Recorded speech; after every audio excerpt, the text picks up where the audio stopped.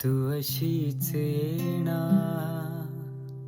निमिठीत घेना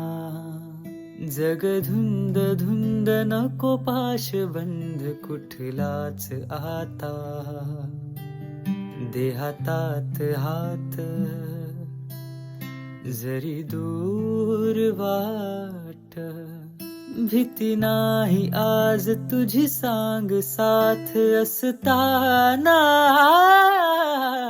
आकाशी चंद्र चांदण्या तोडून मी का आणल्या मनाचा पाळणा करू